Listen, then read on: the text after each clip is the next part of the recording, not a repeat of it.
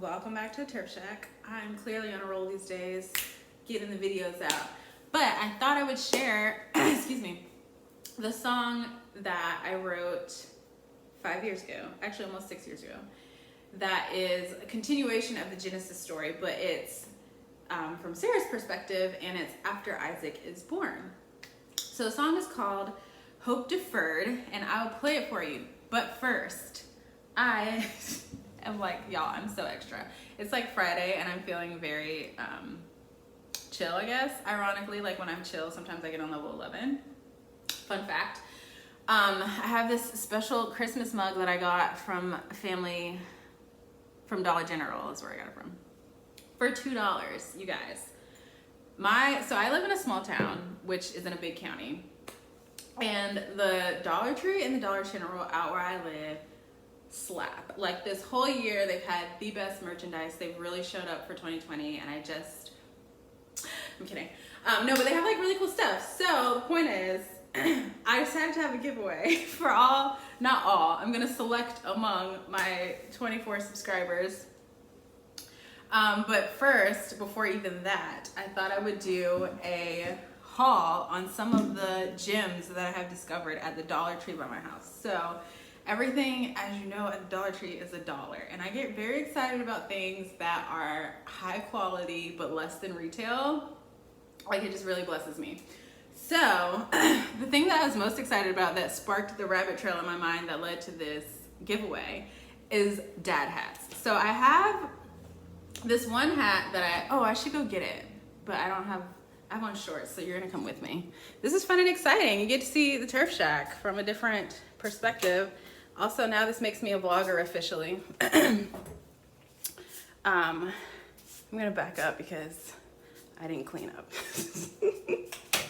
Okay, so this is the hat that I got from the Dollar General, but it was like the Dollar General in Bertie County where my family's from. And I got it like ages ago when I was still in undergrad.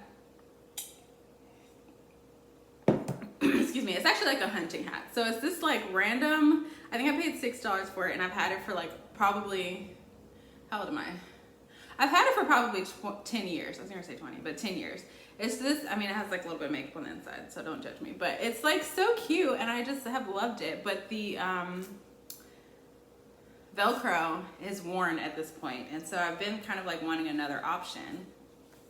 Enter the grace of God at the Dollar Tree. So here are the dad hats that I found, and I'm like inordinately excited about them.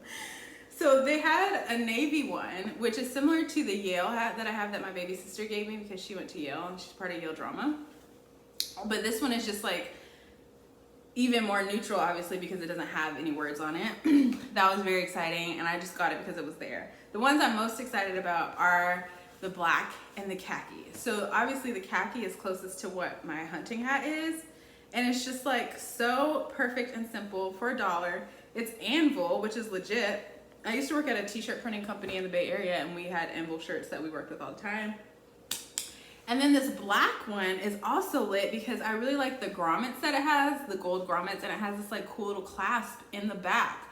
So for the giveaway, I'm going to give away one of those hats. I'm gonna go actually buy more hats because I don't want to give away my hats. I just really like them, so I will just go get more. But so yeah, so all you have to do is leave a comment and say what color you want, and then I'll put it into a randomized situation. I went over this with my baby sister. Apparently this is the easiest way to do it. Everybody, you have until like a week from today, and leave a comment and say what color hat you want, and maybe like something that you are looking forward to in the next couple weeks, or like, you know, a way that God has like really blessed you this year in the comment section. I'll put it into a randomized situation, and then I'll pick a winner and mail you the hat using this bubble wrap that is also at the Dollar Tree. You guys, if you've ever had to mail anything, and especially recently, you'll appreciate not spending $1 million on postage. These are like really sturdy. I used one to send both of my nephews all of their Christmas presents. I just got them like a bunch of cute little fun activities and things, and it like held a lot of stuff. I was very surprised and impressed. So I will mail it using this bubble wrap, which you can maybe find at your local Dollar Tree. This is completely unsponsored. I am just clearly a fan. So the other thing that I'm like super stoked about, Christmas related, from the Dollar Tree, is wrapping paper. So shout out to that one lady whose video I watched. She did Dollar Tree haul and she's so cute. I can't remember what her name is, sorry. I think it's like Jennifer. I think her name is Jennifer and she has a really cute channel. Jennifer, oh wait, it's coming back to me. Something Mama 4 or like Home Sweet, I don't know. But anyway, she had a Dollar Tree haul that I watched like a couple weeks ago and I was very inspired. This wrapping paper, guys, can I just tell you, I don't know why, but I have in the past few years had this random affinity for vintage red Christmas tree trucks. And this is so cute. And it was a really thick roll too. There was a lot of paper on it. This is from my friend Lowell from work. And I just thought she would think it was cute paper, but I also just like thought it was adorable paper. And I also got this wrapping paper. It's Hallmark gift wrap, and you can tell how much is in it by looking at the, you know, this right here. And so for $1, you guys, and it's tall, come on, won't he do it? So that, oh wait, no, there's one more thing in my Dollar Tree haul. If you know me in real life, then you probably have heard me exclaim all year long about the cookbooks that I have found at the Dollar Tree by my house. And if you're in my small group at church, then you have, there's 3 of you who have received cookbooks from me because I just was so excited about it. You guys, for $1, a pure $1, modern Israeli cooking. So for those of you who don't know, I actually studied Jewish studies when I was an undergrad, and I love Jewish history, culture, heritage, and the state of Israel. I know it's controversial, but I just am very fascinated by modern life in Israel, by the Israeli people, by the establishment of Israel as a nation right at the end of this huge global wave of nationalism. To be such a young state and country is just very interesting to me. And so I was very excited to get this modern Israeli cookbook. And I think too, like having studied Jewish studies and growing up Christian really influences the way that I write music and the style that I write my music in and the stories that I really enjoy telling. I just love the book of Genesis and all of the high drama that happens in it. It's just like, what, you know? So it's been really interesting to have the opportunity to write music that tells the story of God and his people. And I'm kind of excited too because over the weekend, Thanksgiving weekend, I was at a friend's house and he had a record of Lord Huron, which I totally forgot that I liked them. They have like a couple songs that really hit, but I was listening to it there and then I went home and I was listening more and then I realized like that's actually my vibe. Like it's very like, sometimes it can feel really like cumbersome and weighty to listen to that style of music that every lyric is really saying something and it's very like vagabond, traveling, like roaming, but that is actually what I hear in my head when I listen to my music. I mean, obviously it's going to be different and a little bit softer just because I'm a woman and I'm a different person, but that's actually like the vibe that I'm going for is like Lord Huron circa The Ghost on the Shore and The Night That We Met.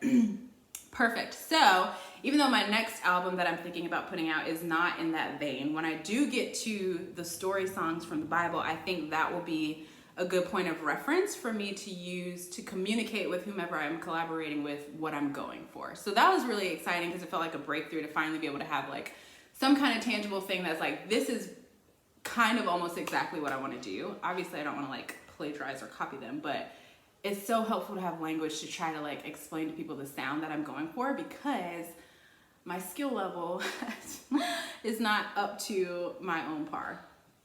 Speaking of, I will now segue into the song that I'm going to share that I wrote a couple years ago, as I mentioned. When I first wrote this song, it was actually past where I could like play it.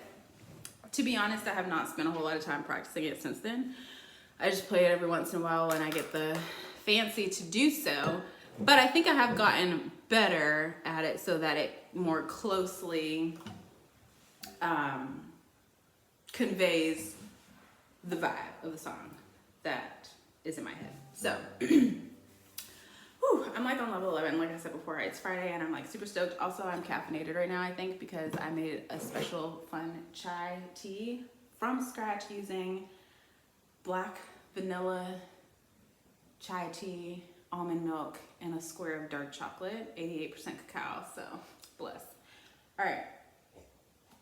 Also, I can hear people outside my door, so I don't know if somebody's gonna make noise and interrupt my whole shebang or not, but we're gonna go for it. So yeah, here's a song that I wrote about Sarah. It's called Hope Deferred. How you would have thought a woman like me giving life to birth, so many promises would be they all said.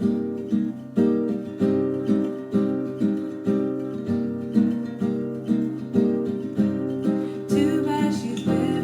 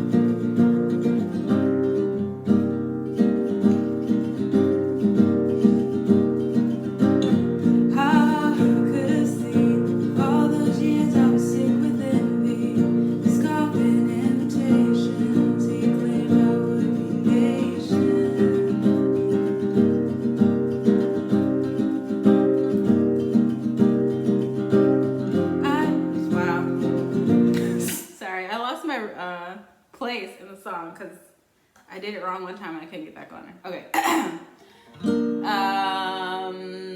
Let's start here. How could I see for all those years I was sick within me, for scoffing invitations, he claimed I would be patient.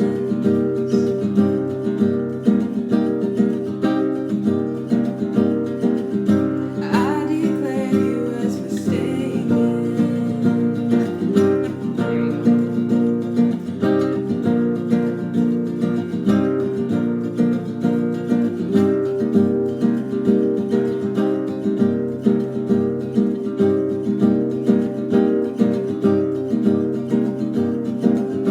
BLEAK impossibility.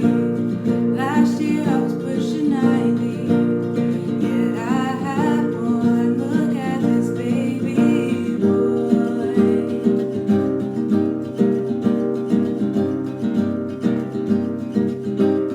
No stranger shares my joy.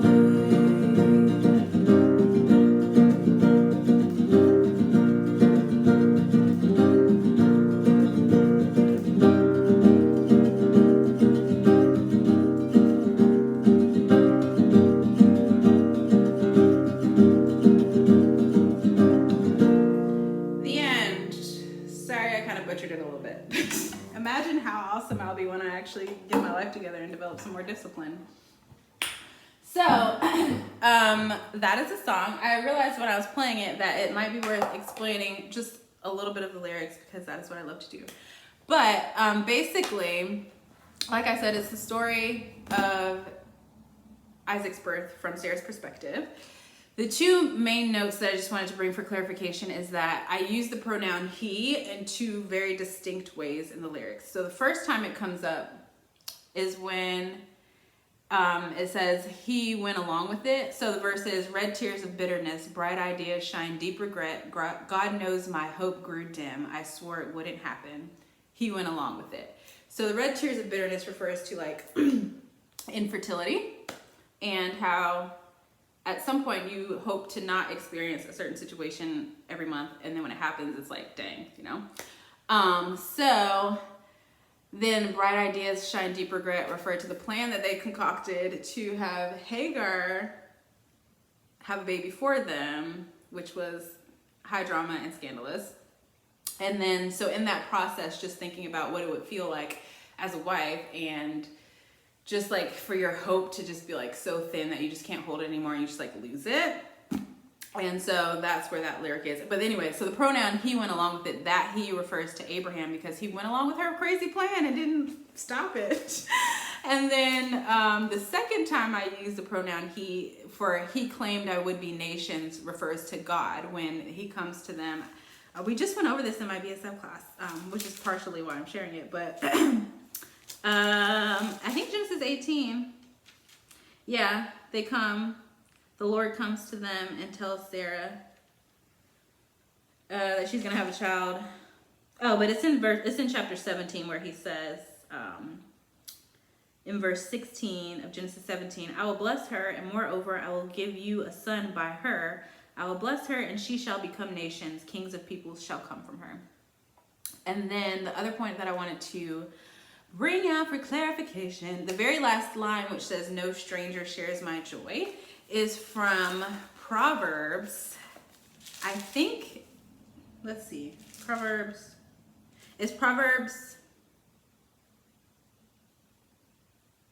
So in Proverbs 13, the name of the song comes from verse 12, where it says, hope deferred makes the heart sick, but a desire fulfilled is a tree of life. And then I think it's in the next chapter, Proverbs 14.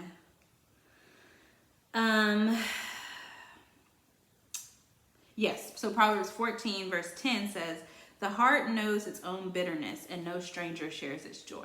So just thinking about the whole story, how many years it took, what Sarah went through in the interim when Abraham gave her away to random kings. And like I said at the beginning of the song, like the Bible talks about how beautiful she was. And so it was just interesting to me to think about like somebody who is so beautiful and married to one of the richest and most influential men in the region / world, but then she can't have children, and what people must have said about her, because it was shameful at the time for that to be your situation. But yeah, so just the idea of like, kind of like I talked about a little bit in my last video about like desire and how heavy it can feel sometimes. And so when you've had to like wait really long for something and nobody else can experience that with you, and so when it finally happens, like the depth of joy that you have, like they can't relate to that either. But God has been there the whole time, and so that's kind of like what builds intimacy with you, with him in your relationship, is when you go through all those things together, and like there are moments and things that like only he could have known and only he could have identified with you. So that is my Friday video. Don't forget, guys, there's a giveaway. Enter the giveaway, and you too can be the owners of a $1 Anvil dad hat. These are so versatile. They're perfect for basically anything in life. And I'll talk to you soon. Have a good weekend.